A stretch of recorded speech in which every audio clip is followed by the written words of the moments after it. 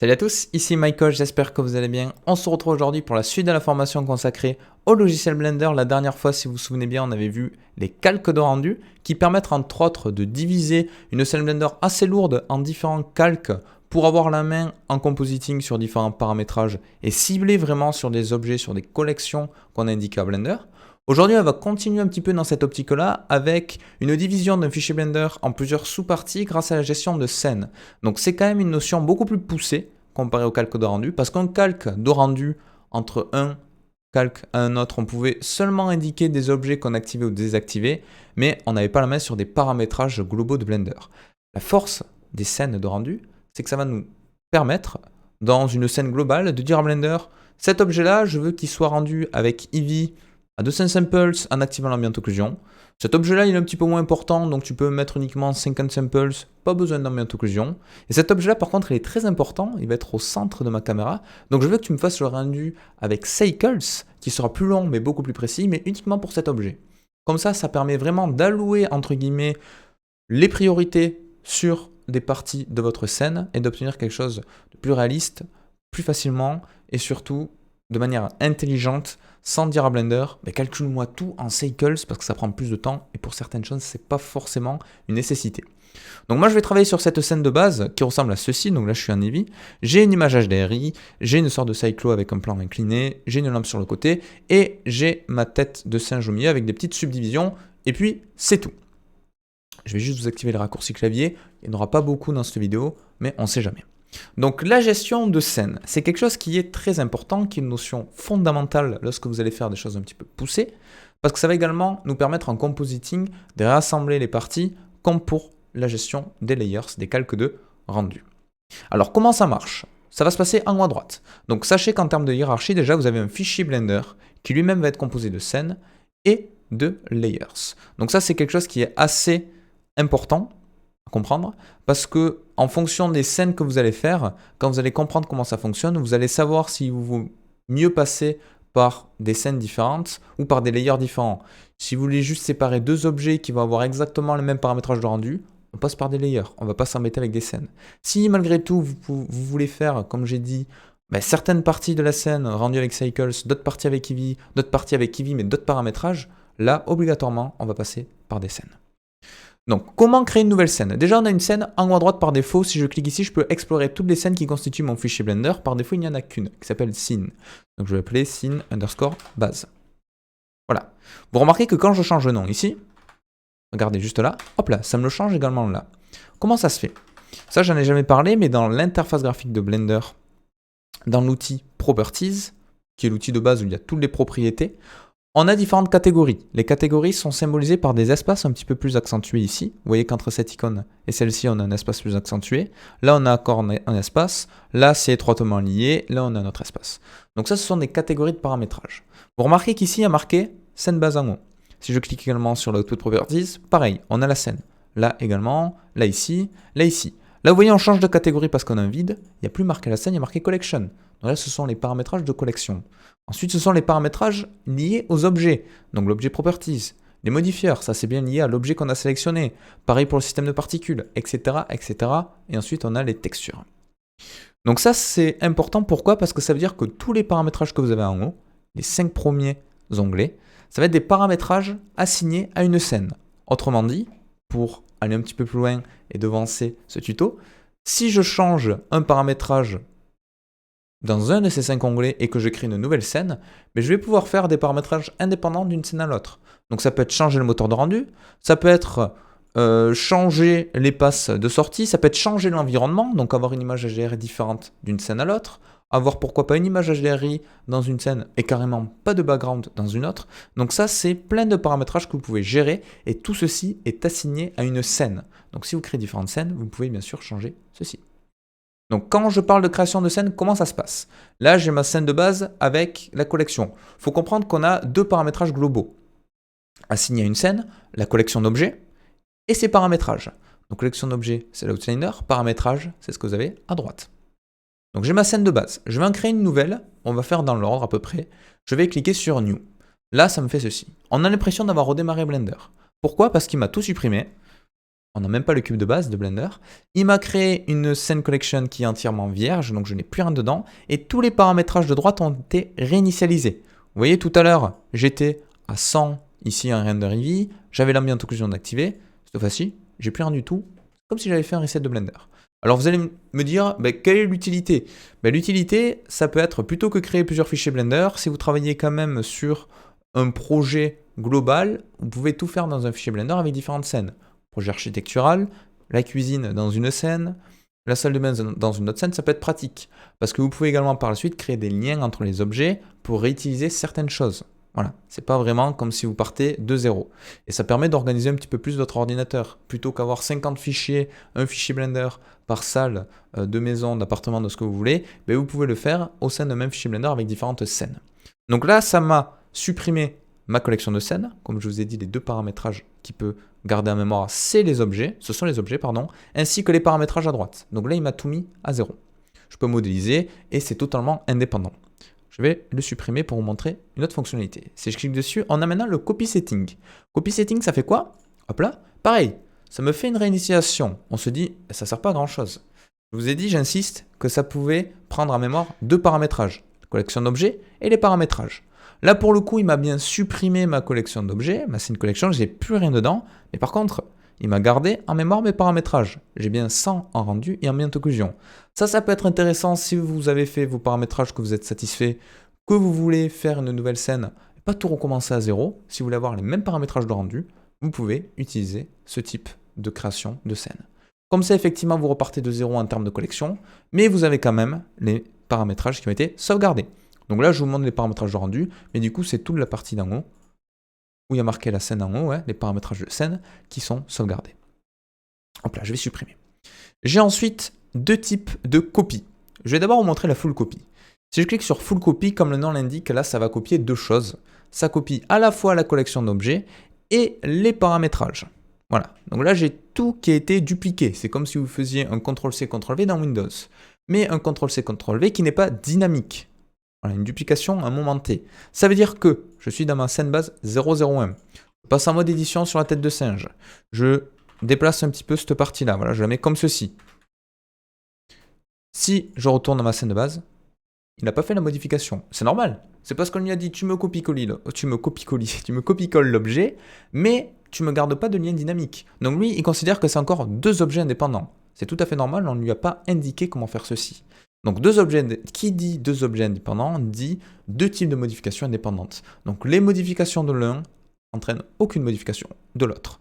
Donc ça marche pour les objets, ça marche également pour les paramétrages. Là vous allez voir que c'est pareil sur le reste, mais je vous le montre, c'est intéressant. Si je mets 150 ici, si je vais sur l'ancienne scène, je suis toujours à 100. Donc ça malheureusement il n'y a pas moyen de le garder de manière dynamique. Vous allez voir, je vais vous le montrer. Donc je peux supprimer cette duplication, là c'est une duplication classique. Et maintenant, dernière duplication, je vais cliquer ici sur New Scene et je fais un Linked Copy. Hop là. Cette fois-ci, pour les paramétrages, comme vous pouvez voir, si je mets 50 ici, on n'a pas 1,50 m sur l'autre. C'est un petit peu dommage, on n'a pas de duplication dynamique de paramétrage.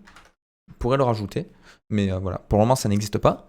Mais malgré tout, sur les objets, si je passe en mode édition, que je prends l'oreille, hop là, que j'étire sur le côté, si je retourne sur ma scène de base, il a bien pris en compte la modification. Donc là, ça veut dire quoi? Ça veut dire que Blender, il a fait une duplication de mon objet, mais il considère que c'est quand même le même objet qui est linké. Donc c'est comme si les deux pointaient sur un objet externe, commun. Voilà, c'est un objet commun qui est présent dans différentes scènes. Donc qui dit objet commun dit modification commune. Donc quand vous effectuez une modification sur un objet d'une scène, il va automatiquement effectuer la même modification sur un objet qui est sur le même objet en fait, qui est présent dans une autre scène. Donc ça peut être également très intéressant. C'est un petit peu l'équivalent, si vous voulez, quand vous faites un Alt-D. L'Alt-D, c'est la duplication dynamique. Vous voyez, je peux modifier mon objet et automatiquement, il va me le faire sur l'autre topologie. Donc ça, c'est très intéressant. Donc maintenant que j'ai ceci, voilà, on a complètement déformé la tête de singe, c'est pas très grave. Je vais vous montrer quelque chose qui est très intéressant, dont je vous parle depuis le début, c'est modifier les différents paramétrages de rendu d'une scène à l'autre. Alors comment je fais ça? Je vais supprimer ma seconde scène, quoique non, je peux la garder comme ceci. Je vais la dupliquer de 0. Je vais faire un full copy. Donc j'ai ma scène de base et j'ai ma scène de base numéro 2. Ma scène de base numéro 2, je vais l'appeler scène Suzanne. Voilà, comme ça.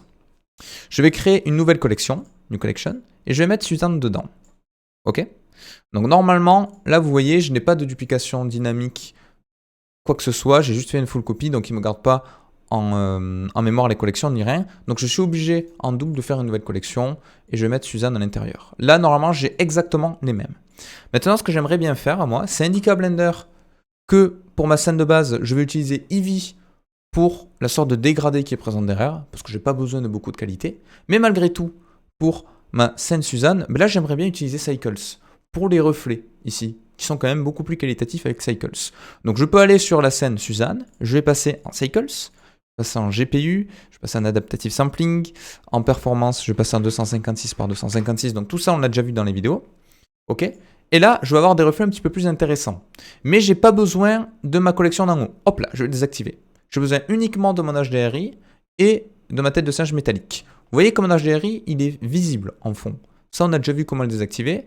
Je vais aller dans Film et je vais cocher le Transparent. Comme ça, j'ai que ma tête de singe. Maintenant, je vais retourner sur mon autre scène, ma scène de base. Et cette fois-ci, je fais l'inverse. Je vais désactiver uniquement ma tête de singe. Comme ça, j'ai bien mon dégradé. Et vous remarquez que quand je passe, je vais rester en solide, de scène de base à scène Suzanne, j'ai bien tous les paramétrages ici qui ont été enregistrés. Donc ça me permet d'indiquer à Blender, cet objet-là de la collection, tu me le rends avec Cycles, cet objet-là, tu me le rends avec Eevee. Et là, normalement, si je fais un F12, je vais avoir le rendu de ma tête de singe. Il fait uniquement le rendu de la scène courante, donc ça, c'est très important de le comprendre.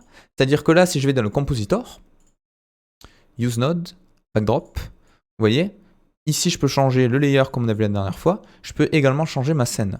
Mais si je passe sur la scène de base, il ne me fait pas le rendu.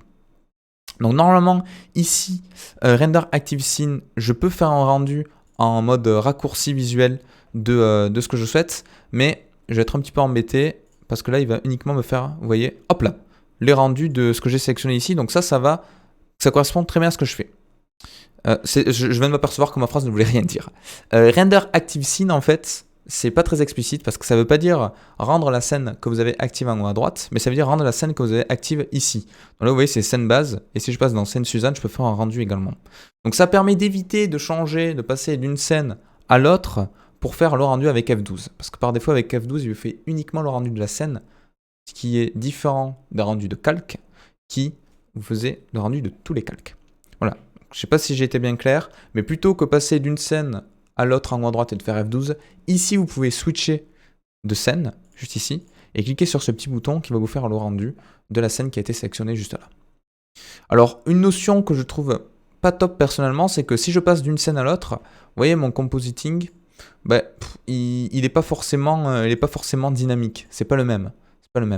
Donc, j'aurais trouvé plus intuitif que Blender fasse en sorte qu'on ait un compositor pour l'intégralité d'un fichier Blender et non pas pour des scènes. Parce que la plupart du temps, enfin du moins dans 95% des cas, on va vouloir faire un compositor spécifiquement pour un projet global en recompilant des scènes. Mais bon, ça peut être utile d'avoir cette gestion-là, mais je trouve ça un petit peu moins intuitif.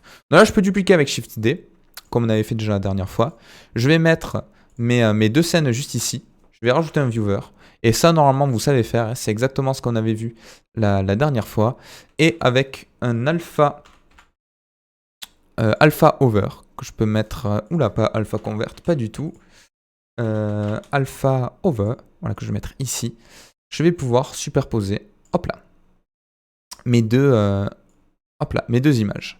Alors, qu'est-ce qui se passe? J'ai ma scène de base, j'ai ma scène Suzanne, j'ai inversé certainement les deux, voilà, comme ceci. Et là, j'ai bien la superposition comme je le souhaitais.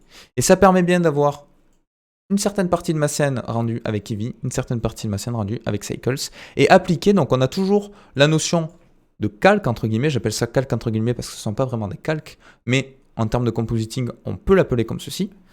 Je peux par exemple, vous savez que Cycles a tendance à faire du noise, hein, on le voit ici un petit peu sur les reflets là, on a plein de petits grains. Donc je peux rajouter du denoise ici et avoir ce traitement particulier uniquement pour la partie qui a été calculée avec Cycles. Et vous voyez que là on n'a plus de noise, on a quelque chose de joli. et qui est beaucoup plus rapide. Si j'avais tout rendu avec Cycles, ça aurait été un petit peu plus lent. Donc là, j'ai vraiment indiqué à Blender, cette scène-là, c'est du Cycles, cette scène-là, c'est du Eevee, et on obtient le résultat final.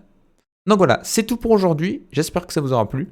Si vous avez 2-3 choses à retenir, sachez que l'avantage d'une gestion de scène, c'est que ça permet de spécifier tous les paramétrages à droite, là, les 5 premiers qui sont vraiment assignés à une scène. Vous pouvez, comme je l'ai dit, l'assigner à des scènes et avoir des choses différentes. Ça permet de reconstituer tout ça en compositing. Et plutôt que passer d'une scène à l'autre et faire des rendus indépendants, vous avez ce petit bouton ici dans la node Render Layer qui vous permet de faire le rendu de la scène active présente là. Ça évite de switcher 50 fois. Donc j'espère que ça vous aura plu. N'hésitez pas à me dire si vous avez des questions. J'espère que j'ai été explicite par moment. C'est vrai que c'est pas trop évident d'expliquer sans... j'ai envie de vous faire des exemples beaucoup plus poussés, mais ça prendrait beaucoup de temps. Avec un exemple simple, je trouve ça assez difficile à expliquer, mais bon, là au moins vous avez vu comment différencier les deux parties, comment gérer les collections, les assigner à des scènes, comment faire ça dans le compositor. Donc voilà, c'est déjà une bonne base. J'espère que ça vous aura plu et je vous dis à très vite pour la suite de la formation.